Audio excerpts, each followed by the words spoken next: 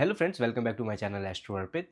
तो आज इस वीडियो में हम बात करेंगे प्लैनेट्स के बारे में। उनकी दशा कितने टाइम की होती है, एक राशि में वो कितनी देर रहते हैं, साथ ही साथ कौन से प्लैनेट्स मेलेफिक है और कौन से बेनिफिक है। तो हमने लास्ट वीडियोस में देखा था 12 घर होते हैं, उनके एट्रीब्यूट्स हम आने वाली वीडियोस में पढ़ेंगे। 27 नक्षत्र होते हैं और 9 ग्रह होते हैं। यूरेनस और प्लूटो को वैदिक एस्ट्रोलॉजी में, इंडियन एस्ट्रोलॉजी में नहीं काउंट करते, वेस्टर्न एस्ट्रोलॉजी में करते हैं। तो पहला प्लैनेट है सन, जो कि किसी भी राशि में 30 दिन तक रहता है। सेकंड प्लैनेट आता है मून, जो किसी भी राशि में 2.5 दिन तक रहता है। देन मरकरी, जो 30 दिन तक रहता है। वीनस, ये भी 30 दिन तक रहता है एक राशि में। फिर उसके बाद आ जाता है जुपिटर, जो कि तकरीबन 1 साल तक रहता है। और सैटर्न 2.5 साल रहता है एक राशि में। राहु केतु 1.5 साल रहते हैं, 18-18 महीने के आसपास एक राशि में रहते हैं। रह गया है मार्स। मार्स तकरीबन 40 to 45 डेज, 1.5 महीना लगा लो, एक राशि में रहता है। इस वक्त प्लैनेट्स मूव कर रहे हैं यूनिवर्स में, और जो वो ट्रांजिट है उसको ट्रांजिट चार्ट बोला जाता है, जो कि हमारी मून और लगन से देखा जाता है। इसकी अलग कैलकुलेशन होती है। तो जो इस वक्त प्लैनेट की पोजीशन है और इसी टाइम पे कोई बच्चा पैदा हुआ, तो वो स्क्रीनशॉट ले लिया जाएगा उस पोजीशंस का, प्लैनेट्स की, एंड वो उसकी कुंडली बन जाएगी। अब बट प्लैनेट्स तो मूव करते रहेंगे, तो ये जो प्लैनेट्स मूव कर रहे हैं, इनका भी इफेक्ट होता है, जिसको हम ट्रांजिट कहते हैं। ट्रांजिट चेक करना प्लैनेट का। तो ये तो बात थी कि प्लैनेट एक राशि में कितने देर रहते हैं। अब आती है मेलेफिक और बेनिफिक की बातें।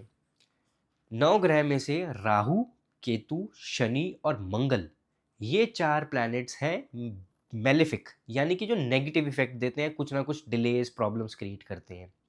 बट इनके कुछ पॉजिटिव्स भी हैं, जो कि हम आने वाली वीडियो में सब डिस्कस करेंगे वन बाय वन।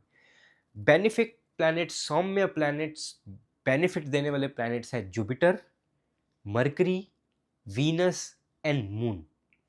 सन जो है वो बीच का प्लैनेट है। ये डिपेंड करता है चार्ट में पोजीशन कैसी है और आपकी लाइफ में आपके एक्शंस कैसे हैं। इस करके सन अगर तो अच्छा है कुंडली में, तो बहुत अच्छे रिजल्ट्स दे सकता है। लेकिन अगर सन गलत बैठा हुआ है, बुरा बैठा है, डेबिलिटेटेड है, तो बहुत नेगेटिव रिजल्ट्स आते हैं सन की महादशा में। सूरज है वो जलाएगा, वो तड़फाएगा, वो बहुत हार्ड वर्क करवाएगा और बहुत स्ट्रगल्स देता है। तो 4 हो गए बेनिफिक, 4 हो गए मेलिफिक। मेलिफिक में भी जो मार्स है, मार्स मेलिफिक में भी मेलिफिक है, क्योंकि वो बहुत ज़्यादा क्रूअल है। और जो सन है ना, जिसको हमने बीच में रखा है, राजा है। राजा या तो तुम्हारा हल करेगा या तो गला काटेगा। राजा को बीच की चीज़ नहीं समझ आएगी। लेकिन राजा चलता कैसे है? बाकियों की सुन के, अपने गुरु की सुन के, अपने मिनिस्टर की सुन के। तो इस ये कि चार्ट में किन प्लैनेट्स के आसपास है, इसका इफेक्ट किस प्लैनेट पे है, किस हाउस पे है, लॉर्ड पे है, तो मल्टीपल चीज़ें इफेक्ट करते हैं व्हेन इट कम्स टू सन। हालांकि सारे ही प्लैनेट्स में देखना पड़ता है, बट सन में थोड़ा सा रोल ज़्यादा आ जाता है। अब बात करते हैं कौन से प्लैनेट की कितने टाइम की महादशा होती है। पहले महादशा होती है, फिर अंतरदशा, फिर प्रत्यंतर दशा, देन और month wise and day wise जाने के लिए सूक्ष्म, अति सूक्ष्म दशा होती हैं। इस पूरे कॉन्सेप्ट को विमशोत्तरी दशा बोलते हैं। विम मीन्स 20, श्रोत्री को, श्रोत्री इज 100, सो विमशोत्तरी इज 120 ईयर्स। तो जौन से भी प्लैनेट की मैं आपको दशा बताऊंगा, अगर उसको टोटल कैलकुलेट करोगे तो 120 ईयर्स टोटल बनता है। क्योंकि ऐसा माना गया कि एक ह्यूमन की 120 ईयर्स की लाइफ थी जब ये सब लिखा गया था, और वो एक्सपीरियंस करता था ऑलमोस्ट सारी दशा। बट आज की डेट में लाइफ स्पैन हमारा कम है, टेंडेंसी कम है, लाइफ एक्सपेक्टेंसी भी कम है। तो बहुत बार ऐसा होता है कि आपको अच्छी महादशा मिले ही ना आपकी लाइफ में। जब भी आपका जन्म हुआ है, जो आपका नक्षत्र लॉर्ड है, उस लॉर्ड की पहली महादशा आपकी रहती है, एंड सीक्वेंस सेम रहता है। Sun, Moon, Mars, Rahu, Jupiter, Saturn, Mercury, Ketu and then Venus. तो ये सीक्वेंस रहता है किसी की लाइफ में। सपोज करो किसी का जन्म केतु की महादशा में हुआ, तो जैसे ही वो खत्म होगी तो वीनस की स्टार्ट हो जाएगी।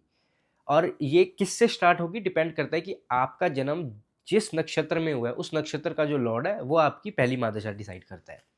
सो sequence Sun, Moon, Mars, then Rahu, Jupiter, Saturn, Mercury, Ketu and then Venus. अब इनके टाइम फ्रेम की बात करते हैं। सूरज की महादशा है 6 साल की, चंद्रमा की 10 साल की, मंगल की 7 साल की होगी, देन राहु की 18 साल की, जुपिटर की 16 साल की, शनि की 19 साल की महादशा होती है, मरकरी की 17 साल की होती है, केतु की 7 साल की और वीनस की महादशा 20 साल की।